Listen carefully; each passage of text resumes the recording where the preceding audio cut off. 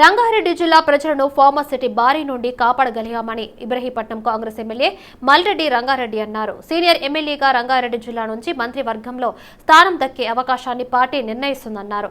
ప్రజలకు ఇచ్చిన హామీలలో మొదటిది నెరవేరింది అంటున్న మల్రెడ్డి రంగారెడ్డితో మా bureau chief Srinivas face to face. కొన్ని ఏళ్ల విరామం తర్వాత మళ్ళొకసారి శాసనసభకు ఎన్నికైన ఎమ్మెల్యే మల్రెడ్డి రంగారెడ్డి గారు మనతో ఉన్నారు. మల్రెడ్డి రంగారెడ్డి గారు, మీరు సీనియర్ శాసనసభ్యులు, మరొకసారి శాసనసభలో అడుగుపెట్టారు, ఎట్లా అనిపిస్తుంది? శాసనసభలో నేను గతంలో ఉన్నా, ఇప్పుడు కూడా ఉన్నా. ఇది ప్రజా సమస్యల మీద పోరాడడానికి ఒక వేదిక కాబట్టి మా ప్రజా సమస్యలు తీర్చడానికి ఈ వేదిక ఉంది.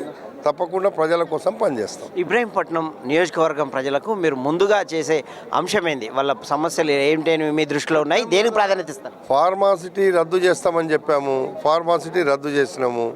ఆ ప్రాంత ప్రజలకు మేలు జరిగేటువంటి మంచి కార్యక్రమాలు తీసుకుంటాము.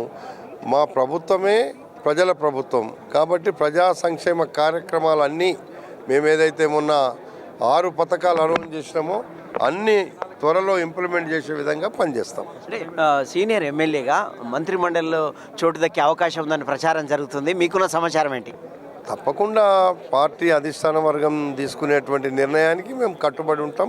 తప్పకుండా రంగారెడ్డి జిల్లాలో ఎవరు లేరు కాబట్టి మల్రెడ్డి రంగారెడ్డి ఒకడే గెలిచింది కాబట్టి తప్పకుండా మంత్రిమండలిలో ఉంటాం. Thank you. ఇది మొత్తం మీద ఇబ్రహీంపట్నం ప్రజల సుదీర్ఘకాల సమస్య ఫార్మాసిటీ ఉండే, ఆ ఫార్మాసిటీని రద్దు చేస్తామని చెప్పాము. ఆ ప్రజలకు రద్దు చేసి చూపించాము, వాళ్ళకు విముక్తి కలిగించాము ఫార్మాసిటీ నుంచి. అదేవిధంగా మంత్రివర్గ మండలిలో మరి రంగారెడ్డి జిల్లా నుంచి ఎవరూ లేరు కాబట్టి తనకు అవకాశం ఇచ్చే అవకాశం ఉంటే ఆ అవకాశాన్ని అధిష్టానం పరిశీలిస్తే దానికి కట్టుబడి ఉంటాను.